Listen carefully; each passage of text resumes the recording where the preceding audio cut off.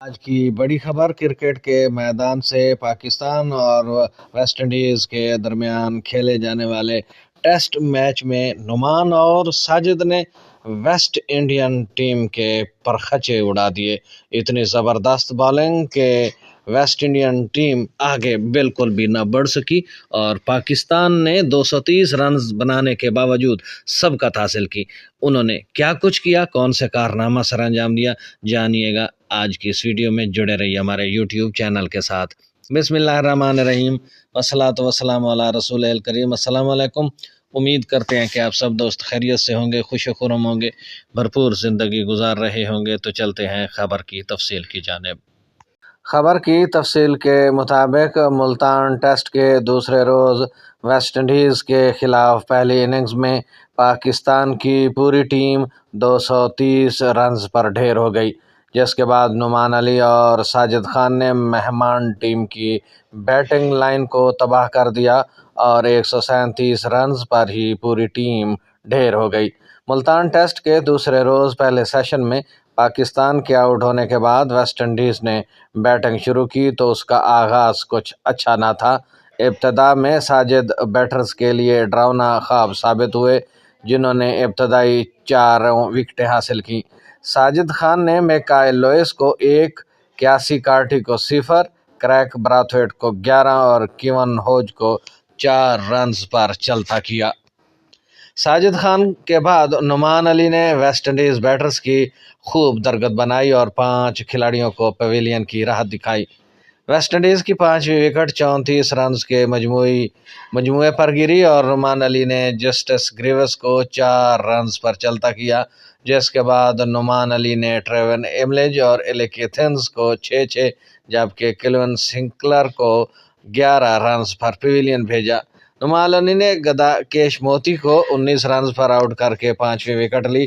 137 کے مجموعی پر آخری وکٹ ابرار احمد نے لی، جنہوں نے جیڈن سیلز کو 22 رنز پر آؤٹ کیا۔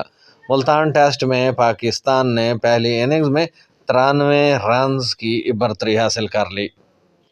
اس سے پہلے پاکستان کی اننگز کا اوپر تبصرہ کریں تو ملتان ٹیسٹ کے دوسرے روز پاکستان نے ویسٹ انڈیز کے خلاف 4 وکٹ کے نقصان پر 143 رنز کے ساتھ نامکمل اننگز کا دوبارہ آغاز کیا تھا۔ کھیل کے دوسرے روز کا آغاز بھی پاکستانی بیٹرز کے لیے اچھا نہ رہا اور پہلے ہی سیشن میں وکٹیں گرنے کا سلسلہ شروع ہو گیا۔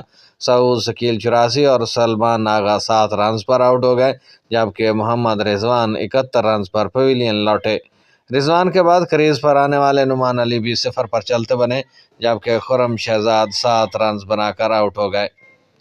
اس کے علاوہ کپتان شان مسعود نے 11، بابر اعظم 8، محمد حریرہ 7 اور کامران غلام نے 5 رنز بنائے۔ ویسٹ انڈیز کے جیڈن سیلز اور جمیل وریکن نے 3 وکٹیں لیں، جبکہ کیون سنکلر نے 2 اور گدا کیش موتی نے 1 کھلاڑی کو آؤٹ کیا۔ واضح ہے کہ ملتان ٹیسٹ کے پہلے روز کے اختتام پر پاکستان نے ویسٹ انڈیز کے خلاف 4 وکٹوں کے نقصان پر 143 رنز بنائے تھے۔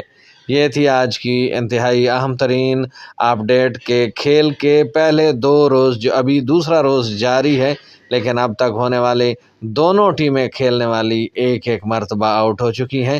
ویسٹ انڈیز کی ٹیم 137 رنز پر آؤٹ ہو گئی، جس میں ان کو آؤٹ کرنے میں نعمان علی اور ساجد کا اہم ترین کردار تھا۔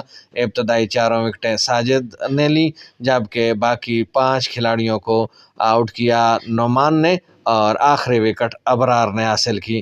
جبکہ اس سے پہلے پاکستانی کرکٹر بھی وہ بلے بازی کا مظاہرہ نہیں کر سکے جو ان سے توقع کی جا رہی تھی۔